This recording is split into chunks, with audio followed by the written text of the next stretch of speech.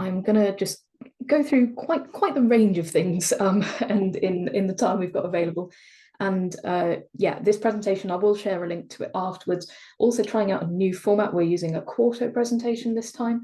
And the nice thing, hopefully, about this is that it should allow you to see a nice list of, and a nice navigation list of all of the different parts and slides. So I know that was something people had a lot of difficulty with the slides previously. So fingers crossed this helps a little bit, but would love any feedback on how useful you find this.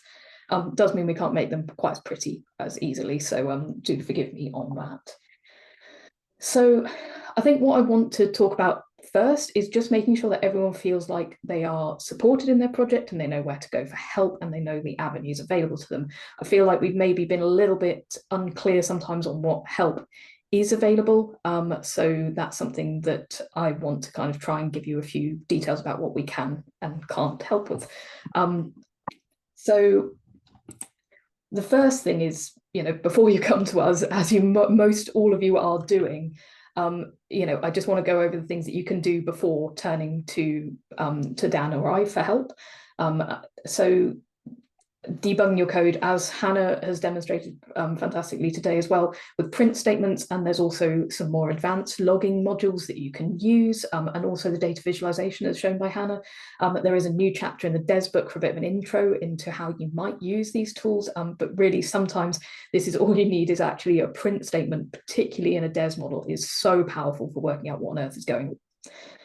Making sure you've saved any changes. It's amazing how often this will trip you up. VSCode will show a little white dot next to the file name if you haven't saved the changes. And that, particularly if you're working on something like a Streamlit app, sometimes you might be sitting there putting your hair out. Why is this not working? Because you haven't saved the changes. Closing your terminal and rerunning as well, or if you're using a notebook separate, particularly from your main code base, if you've got functions that you've defined in Py files, and then pulling this over to a notebook, it can be really counterintuitive, but sometimes just clicking run all might not bring in the newest version of the code from other files. So it can be really important to hit, you might want to clear all outputs to make sure you've not got any old outputs hanging around, like old graphs and stuff that might trip you into thinking that it has rerun successfully. And then there's a restart button as well. And the same thing, if you feel like something's not working, sometimes just closing down the terminal, using the little bin button in the terminal, and rerunning from scratch in a fresh terminal might be what you need to get things working again. General look on Google. There really are lots of great sites out there. DataCamp do various tutorials. There's Medium articles sometimes. Again, it's all, the quality's a little bit variable, but there is some really good stuff. And also Stack Overflow. I usually find it easier to access Stack Overflow from a Google search rather than searching Stack Overflow. I don't find their search as good. But there is still, even in the rise of AI, there's some really good stuff on Stack Overflow, and it's a great skill to get used to finding and adapting solutions from there. Don't forget to ask the community via your project channel. Slack is generally a little bit quiet, and we're going to be putting out a survey to try and work out why this is, what kind of makes it perhaps maybe people don't feel like they need to be asking questions on there, but we don't want people suffering in silence, and maybe it's just a bit intimidating to ask a question in a big community, that sort of thing. So we want to tease out what's going on there, but do make sure that you're asking in the community, and if you don't get a response from the community in a sort of timely manner, Dan and I will try and step in. As Luke talked us through in a session recently as well, AI tools really can help. Perplexity I found to be good. ChatGPT, particularly the couple of queries you get with the really advanced model at the moment for free, they really can get you unstuck, particularly if it's an area that you are perhaps less familiar in, or if you're kind of trying to get some ideas about how to approach things. Do take everything it says with a big pinch of salt. Make sure you're really going through the code and then trying to kind of reverse engineer it and understand what it's doing and why, maybe kind of cross-reference, look up any functions it's using, that sort of thing. So treat it like, I've heard it described as a kind of an eager intern. It might come up with some really good stuff, but you probably do really need to be checking what it's doing.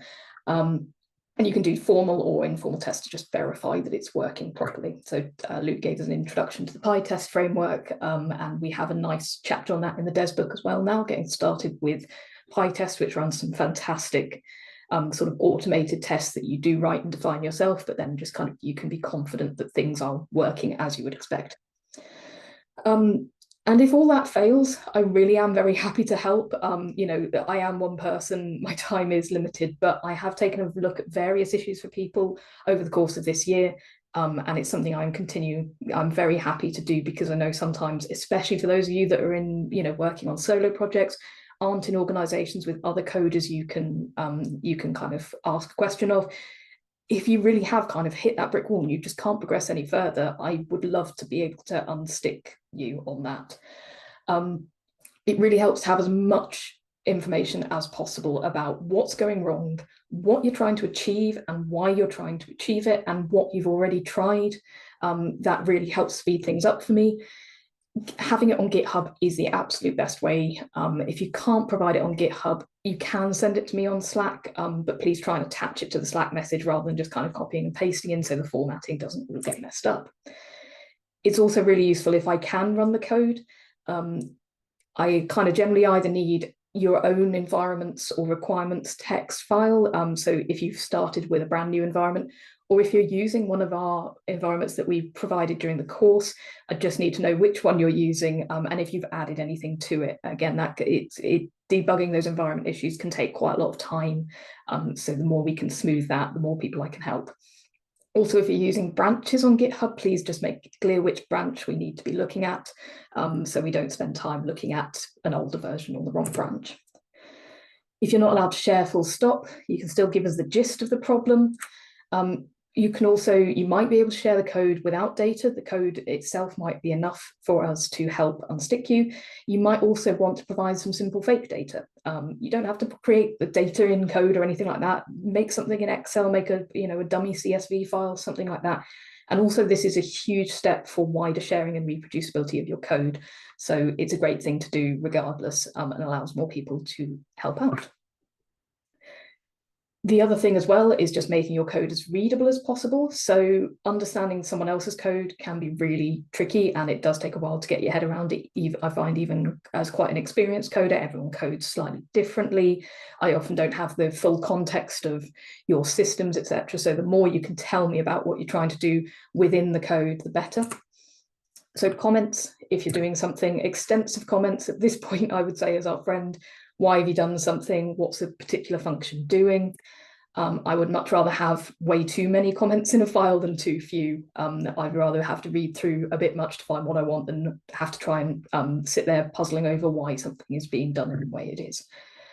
Good variable and function names are also a massive help. So don't call things, X, Y, Z, input 1, input 2, because then as soon as you're referring to it somewhere else in the code, you're having to do loads of cross-referencing. The more descriptive, although fairly short, your variable names can be, the more helpful it will be. Commenting out or removing unused code as well. If there's something that you've started working on and it's not quite working yet, it's helpful for us to know that we can just ignore that. There is a shortcut. If you highlight code and press Control and /, the whole block will comment out at once, and you can use the same command to put it back in. So it's very useful, very quick and easy, and that can really help. The other thing is, so I think you might remember from one of the very first sessions where we added in a line that shows how long your code should be. And it really helps if you kind of adhere to that, so that your code, rather than just kind of going off the screen, is actually sort of wrapped. Again, it just makes it a lot easier to keep an eye on what's going on, and just really speeds up the process.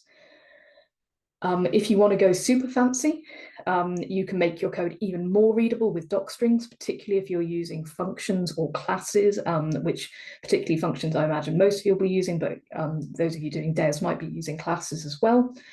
Docstrings I would describe as a bit of a super comment, because Python and VSCode and any other IDE you choose to use knows what to do with them. So when you start using a function from many of the packages you might use, like pandas or matplotlib, you'll often find that when you hover over the function, it comes up and tells you something about it, what it does, what parameters you can pass in. You can create these yourself very easily. So a simple docstring, in this case, we've defined a function called get the meaning of life, the universe, and everything. It just returns a number called 42. And all we're going to tell it here is our docstring. So this little section, 3 quotation marks to open up the string, 3 quotation marks to close it. That's just what we call a multi-line string. So instead of having to put, like line breaks in it, it allows line breaks. You can make that as many lines as you want. But this now, when we use our function and hover over it, will pull back that comment. So we can hover over it and see that. And there's a really nice introduction I've linked here to writing docstrings. But just to give you a bit of an overview for more advanced docstrings, you can start to specify details about the inputs and outputs, and you can use specific notation to do that so that, again, it knows how to read your docstring. So here's an example of one. We're just multiplying 2 numbers together. We tell it what it does.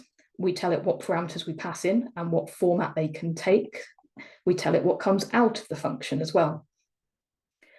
And then when we hover over our function, so here it's even suggested that function, I haven't finished typing it, and it comes up, tells you what you can pass into it, what happens, what these parameters need to look like, etc. Now, this is another thing I actually find AI is quite helpful for. Do check its output. It may not really understand the wider context of a more complex function, but you can feed it your function, you can tell it your preferred docstring format, and there, I think I skipped here. There's a couple of different ones. There's one called PyDoc, there's one called Google Docstrings. My favorite is one called NumPyDoc, and this is what this format is. It expects the parameters header like that. It expects the parameter to look like that and then have this colon and data types and stuff.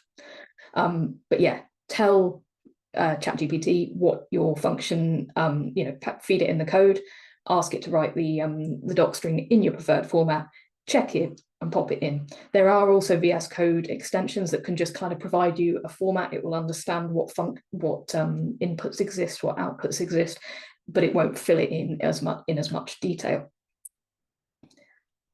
Another thing about how I can help you best, I generally find that working sort of asynchronously is better. For me, a quick meeting, if it's half an hour of time, the time that it takes me to kind of prep, etc., talk to you, kind of follow up, etc., is often a lot quicker if I can kind of squeeze in looking at a bit of your code sort of between other tasks, etc. And in all honesty, most of the time, unless it's a really tiny typo or a very simple method question, I probably won't be able to resolve it in the call, and I will probably need to go away and look at it anyway. I can often, like I say, squeeze in some time, but what I really like to do then is get back to you with a list of what I fixed and how I went about finding out, how to fix it, what did I do, so that hopefully this is information you can take forward. And here's just a bit of an example of a conversation that I had with a project the other week, going through some of the things that I had found when trying to debug their code. But I do recognise that sometimes only a chat will do. So I will be opening up some more bookable slots soon and sharing a link for those instances. But again, it's really helpful if you book one of those slots too, if you can just give me a bit of an idea of what the conversation will be about. So on to the advanced GitHub features, and this ties in a little bit to what I've just been talking about getting help as well. GitHub, as Helena showed, isn't just a great place to version control your code, it's a great place for planning your project, tracking all the problems that come up, and getting help. Link to the GitHub session if you just want a bit of a reminder of GitHub. And in all honesty, a lot of what I'm talking about today, you could use fairly effectively, even if your code's not on GitHub. It's a very useful, free, almost project management tool. Even if your repository only contains a README, you could still use all these other features that I'm about to talk about. So GitHub Issues that Helena demonstrated are a great built-in and free way of tracking aspects of your project. I kind of treat them as a big to-do list, and they are particularly useful for collaborative projects, but they're also very handy for your solo projects. What can we use issues for? Well, the great thing about your repo is that it's your repo. As I said to her, established projects might have rules about how to do things, but I find I use issues for any features I want to add. Maybe I want to add a new patient type or a patient prioritization to a DES model. Data I need to obtain, particularly if you're working with multiple people. And remember, a lot of this is quite public, so you might not want to go into too much detail, but kind of keeping track of the things you need to go out and get, or questions that you've got for people, for stakeholders that you need to ask. documentation you need to write as well, or things like typos, bugs that you've spotted, anything from tiny, typo you've put te instead of the in your documentation, all the way up to all of this is broken, but do try and break it down a little bit more than that. It's generally helpful to break the issues down quite a lot. Also, I'm just checking my screen sharing is showing up on that screen, so do shout if the presentation isn't actually up. I think it is sharing successfully, but there should be a presentation on screen. Couple of examples of projects using issues. You might like to look at some projects and see how issues get used on them. So for my package for Digi, I'm using issues on there. There's a link to that and you can kind of have a look through. There, I'm basically talking to myself, but I'm using it as a big to-do list, and it's very, very helpful and does give people an idea of what I'm planning, what I'm already aware of, and what I'm planning to work on. I'm also working on another project with an air ambulance at the moment, and we've been using it for the three of us collaboratively to be able to communicate about the project outside of project meetings. It can also inform project meeting discussions about progress on different things. It's been super helpful for that purpose, especially with a distributed team, and it allows us to say, oh, well, I'm going to work on this, you're going to work on that, and not kind of tread on each other's toes. Another lovely example, I have linked Helena's in here as well, because it's another great showcase of how to use it in an HSMA style project. And as Helen demonstrated, you can summon me on your issues by tagging me. I will show you a little bit more about this later, but it's a very helpful feature. So if you want to start using issues yourself, when you open up your repository, whether it's a public repository or a private one, you should have this little issues tab next to where it says code, in between pull requests, etc. There will be issues there. When we first load this up, there will be nothing here, no issues. So let's change that. We can use this nice little new issue button. We can populate our first issue. As the minimum you need is a title. It's useful to add a bit more of a description of what's going on, but the title alone will do, and you can create an issue based on that. Once we've clicked create, our issue will come up with the title with the edit button. We can edit the description using these three little dots here. We can close the issue once we've resolved it as well, and we won't lose access to that issue forever. All the comments, any screenshots, any code snippets, etc. that have been included will still exist for all of time. We can refer back to them, and if we go, oh, actually this isn't resolved, we can just reopen the issue and carry on using it. So it's very flexible in that sense, and there's no risk of losing kind of that historical information about problems, which can be very useful to look back on. Heading back to our issues page, we've now got a list of issues that will start to develop as we add more and more. We can also label our issues. So labels allow us to sort of group issues in a way that we can kind of look at multiple issues of the same kind together, and also make it very easy when skimming through that list to see what an issue is. GitHub has its list of predefined labels that we can choose from, but at the bottom of that list, so this is when we are in the issue view here, down here on the right, we have assignee. That's someone on GitHub who's kind of chosen, I'm going to do this, or you've said you're going to do that. The labels, the projects, and so if we click on this labels header, we get this list of labels, and then at the bottom we've got edit labels, and we can add any of our own labels that we would like. So we just click new label, comes up with this little field that allows us to fill it in, pick a color, and then you can start assigning that label to anything and everything that you want. On our issues page, that list of issues that we get to by clicking on issues, we can then click on the labels dropdown and we can filter by certain kinds of label. Just note that until you actually click off that, it won't actually do the filtering. It does work, it's just a little bit not quite as intuitive. You can also mention issues on other issues or in pull requests. So if, for example, you go, well, I can't fix this issue until this issue is sorted, then you can mention the issue number, or you can start typing in and actually look for the issue by the kind of title. So you press a hash and then within a comment or within a description, and it will start kind of looking through your list of issues on that repository. And the useful thing then as well, once you've mentioned an issue, that turns into a link, and it will also show up at the other end. So if you said, well, it depends on this, You go to this issue, the other issue it depends on, and it will say, well, okay, yeah, here's a link to the other issue it's been mentioned on, like this. Very, very handy for keeping track of dependencies like that. As mentioned before, you can tag someone by their GitHub username. So if you instead of using a hash symbol this time, you use the @ key, you can start typing someone's name and then they will get a notification. Be aware that they might not get email notifications by default. It might only come up in their GitHub. So depending on whether you've communicated with people by this method before, you might want to check if they've actually seen the notification. On a public repo, you could tag me straight away in this. On a private repo, you would have to add me as a collaborator, but you could absolutely do that. Closing issues. When you're done with an issue, we write a comment. You don't have to, but it's very much recommended, and close it down. So we start typing in a comment. It gives us this option to close with comment. Once an issue is closed, it kind of drops out of that main list and you can make use you can go back and look at the closed issues, but then it's not something you have to do anymore. You can also close issues via pull requests. So if you use a word like resolved and then tag the issue, it will automatically close that issue for you when you merge the pull request, but that's completely optional. Milestones are another helpful feature that you can use within GitHub Issues. So you might have different stages of your project you're working towards. This might be something as simple as you're calling it version 0.01, 0.02, as you start working sort of through the key steps of your project. Or you might want to kind of actually have certain steps in mind. What's the minimum point at which you might be willing to kind of demo it to your team? What's the minimum you'd then need to do to demo it to a board? What's the minimum you need to do to be happy and confident saying, let's use this for some decision making, and so on and so forth.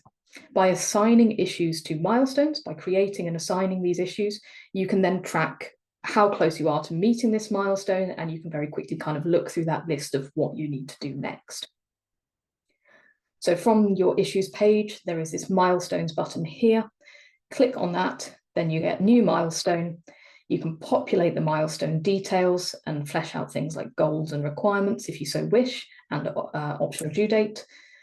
And then when you are in your issue, you can head down to milestone, click on that, and it will add it to the milestone. When you then click into the milestone, you'll be given a list of all the issues currently assigned to it. And as you close them, it will update that progress bar automatically, showing you how close you are to doing everything within that milestone. Now, another additional thing that you might like are projects. These are optional extras that you can use to enhance your use of issues. So if you head to the projects header, so this is next to your code, issues, pull requests, projects. You can click new project to create one. You won't have any on there by default. And then you choose a project template. So this will make more sense in a minute when I show you what projects look like, but there's various different templates that you might want to play around and see which one suits you. Give your project a name. And then we will be given a list of columns, and the setup will depend on the template you've chosen, or you'd be given a blank one if you've chosen to start from scratch. I like Kanban because this gives you a list of things, including something that's ready for you to start working on, things you're currently working on, things that you're waiting for someone else to review or that are currently being reviewed, and things that are done, completed, etc. When we click on this Add Item button, we can then choose to add an item from the repository, and then we can select select issues to add to each column. So it turns into a really useful project management tool, all built into the same place. So not only do you know kind of what I need to work on next, etc., you know what you last picked up, for example. If you're kind of only getting to work on this once a week, it can be really handy to go, right, okay, these are the things I started on, this is what I was planning to do next. Saves you loads of time with all that kind of mental effort of keeping track of what's coming up. So once we've got an issue in the column, we can sort of drag it between. So when we're ready, say, or when something is being reviewed, when you've completed something, you can drag it over to the new column. It does eventually auto close. It just takes a little time to do it, but that's really handy. You can change things about how the columns work. By default, they might have a limit. So you can only put, like, say 3 things at once that are technically in progress. You can change that if you prefer. You can add new columns. You can delete existing columns. You can reorder the columns by clicking and dragging on the column headers themselves. So it's very, very flexible to work exactly as you would like. But I think it's a really helpful enhancement to issues. A couple of other things to mention: project documentation and validation. So on top of all the stuff that you're doing around just kind of testing your project with print statements and stuff, I think it's really helpful to think about what documentation you want to provide alongside your project. So in my personal experience, not having enough documentation really hinders reuse and adaptation, not just by other people, but by you as well when you come back to try and use this again in future. It can also mask any serious issues with assumptions or methods. The documentation that is more accessible to less technical users than actually looking through the code, and just more accessible to everyone in general, because getting even, no matter how well you've set your code up, it still takes a while to look through. Documenting this clearly can really help surface those issues sooner rather than later. And the process of documentation writing really helps you slow down and check everything your code is doing what you think it's doing, and also helping you be really confident in explaining your code, your model, your project to other people, which is so crucial for being able to actually get it adopted. So the documentation itself is very useful, but the process of writing documentation for me is almost the more useful part, and it's really worth that time investment. Quarto, we've talked about Quarto before. I've got the link there to the session, but at the end of the slides there, it talks a little bit about the Quarto book format. You can do this within the same repository. There's no limitations on that. You could do it in a separate repository if you'd prefer, but actually I find keeping it within the same repository doesn't tend to add too much bulk and make sure that everything's sort of not getting, it doesn't feel like it's getting out of sync in the same way, but personal preference. There's also, if you fancy it, some really advanced ways to build automated documentation. So this ties back into the Docstrings we were talking about before. Won't go too much into this for now, so you can have a read of the slides if you're interested. But what this can do is take your Docstrings and start generating things like pages that tell, will list out, well, this is my class, say, for example, my model class. These are all the methods within it. These are the parameters you can pass in. And it looks at that docstring and builds all of these pages automatically for you. And again, this can be very helpful for people to, kind of become acquainted with your project in particular. It'll also give you an overview of every function or class that's in your project, or any that you want it to. And there's loads of links here about getting started with Quarto and Quarto Doc. Other thing to mention, as you kind of get further into your project, you might be really starting to think about that kind of verification and validation sharing, going, how do I know my model's kind of doing what it's doing, or doing what I want it to? And how can I kind of more formalize my kind of checking and thinking about how to make this model, reusable and ready for wider use? I won't go through these in too much detail, but there are links to a couple that are quite Des-centric, but you absolutely could use them as inspiration for other kinds of projects. I think some of it is quite transferable. So we have a chapter on this particular checklist in the Des book linked here. But this gives you a kind of checklist of things to start going through. So, what's the purpose of your model? So, to put into your documentation, explain what's going on in the model. What are you trying to do? What is the model trying to achieve? What does it actually output? If you're like trying out different scenarios or trying to achieve different things with the model, what are those things? What were your kind of experimental ideas going in? Try and diagram out your model. Again, this might be applicable to lots of different projects, but particularly applicable to Des. We saw a lovely diagram from Hannah, and Helena had some great ones in there as well. Talk about the model logic.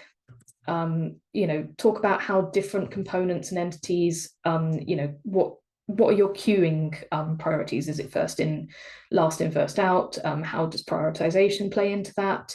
How do your resources work? When do they turn on and off? All those sorts of assumptions that you've made as the project has progressed, get them written down, because you will get questions on them. People will have questions looking at your code, and you will really thank for yourself if you've taken the time to write it out like this.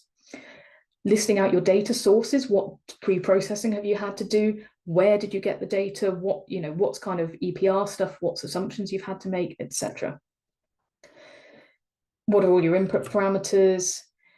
How do you actually run this as well? And there's so much on this checklist. You can pick and choose different bits. Don't necessarily have to fill all of it in, although it's great if you do. But this can just be a really helpful way to make sure that everything, it's kind of, you've ticked your key boxes. The other one that you might quite like is STARS. So this is for sharing tools and artifacts for reusable simulation. It's a project that's being worked on more widely in the Pencord modeling team at the moment. And it's a framework and a set of guidelines to make sure that other people can reuse your model. But again, very useful for your own reuse within the organization and future use of your code. There's a couple of essential components and various optional components.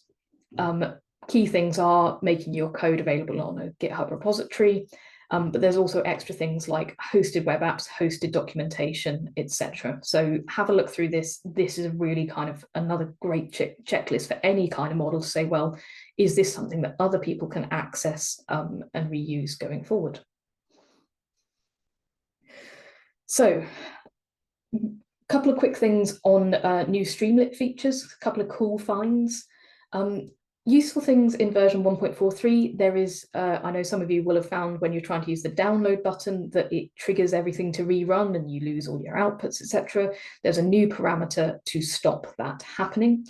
A couple of other nice things with data frames being more flexible. You can hide data frame columns, resize data frame columns, all within your web apps automatically with no extraction required from you. Version 1.42 brought in some really significant stuff around login and log out using various authentication providers. Now, I still wouldn't say this makes it safe for using with any sort of patient identifiable data and stuff, but it could be a really nice way for restricting access to an otherwise public app.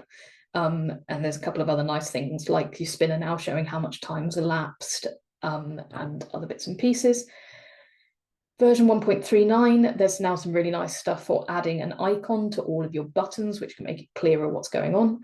You can adjust the size of your logo, and you can also set whether that sidebar with your different pages to navigate to is always visible or not always visible, and so on. You can easily upgrade Streamlit with pip install -- upgrade Streamlit. If you've set up your own requirements or environment file, please make sure to update your version numbers to whatever version you move on to. Nice little snippet as well I wanted to share of something, Streamlit icon metric cards. So we, in a project I'm working on at the moment, we use metric cards quite a lot to kind of display the high level information about, model outputs. In this case, it's not immediately very obvious sometimes without reading the title what the metric refers to. This little snippet of code allows you to choose from a wide range of icons to kind of make it a lot quicker and easier for your users to look at look at the right bit. So in the slides you can look at the code and copy that out yourself, but this is a nice little snippet that will allow you to define that icon, and you can use this for as many different metric cards within your Streamlit app as you would like.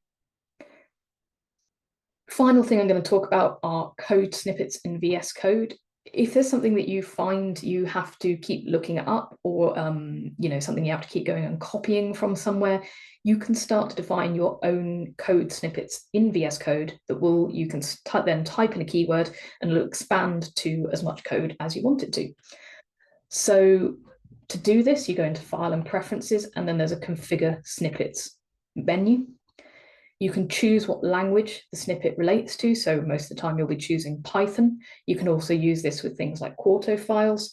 But in that case, I would recommend you choose Markdown. All the details are in here. I'm aware I'm going very fast through this, but we haven't got much time. You can write a snippet so when you start typing something, I'll show a little demo of this. Here I start typing in col2, which is a snippet that I've defined to set up a quarto layout for 2 side-by-side columns. I've also got one for setting up fragments.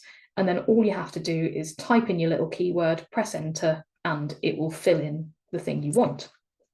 Very similar thing with Python. Here I can never remember the syntax for a conditional list comprehension. I always get it wrong, always get it in the wrong order and have to go back to Google to look it up. So I've put in a little snippet that gives me a sort of default list that I can then adapt to my needs in each case. So all I've got to type in here is cond list, press enter, and it will give me my expanded code snippet. So there's loads of uses potentially for this. Could be something that you can just never remember.